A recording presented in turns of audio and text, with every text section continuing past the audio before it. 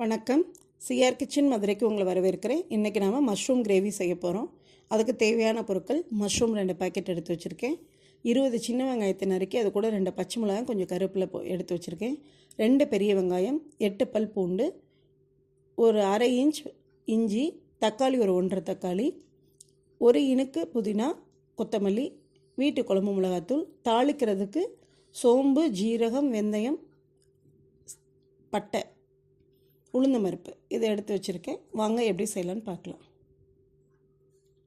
ஒரு மிக்ஸி ஜாரில் வெங்காயம், பூண்டு, இஞ்சி இதை ஒரு பேஸ்ட்டாக அரைச்சிக்கோங்க. இப்போ பாத்திரத்தை சுடுபட்டு அதில் எண்ணெய் ஊற்றிட்டு நம்ம தாளிக்கிற பொருள்லாம் போட்டுருங்க. இது கூட வெங்காயம், பச்சை மிளகா, கருவேப்பிலை போட்டுருங்க.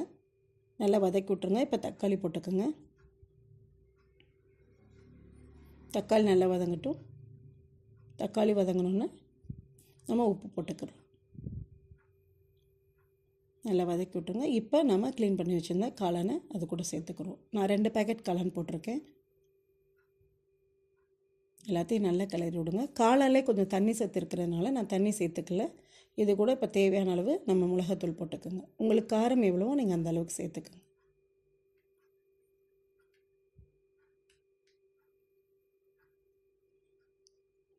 நல்லா வதக்கி விட்டுருங்க. இப்போ நம்ம கொஞ்சம் கொத்தமல்லி போட்டுக்கலாம்.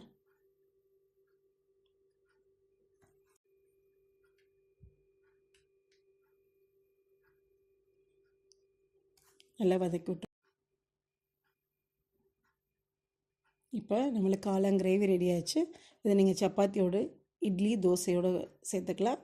தண்ணி சேர்க்கணும்னா கொஞ்சம் லிக்யூடாக வேணுன்றவங்க லிக்யூடாக வச்சுக்கோங்க. இந்த மாதிரி கிரேவி வைக்கிறவங்க தண்ணி சேர்க்க வேணாம், காளானில் இருக்க தண்ணியே போதும். கண்டிப்பாக ட்ரை பண்ணி பாருங்கள். ட்ரை பண்ணி பார்த்து உங்கள் ஃபீட்பேக் எனக்கு சொல்லுங்கள். சிஆர் கிச்சன் மதுரைக்கு லைக் பண்ணுங்கள், ஷேர் பண்ணுங்கள், சப்ஸ்கிரைப் பண்ணாதவங்க சப்ஸ்கிரைப் பண்ணுங்கள். தேங்க்ஸ் ஃபார் வாட்சிங்.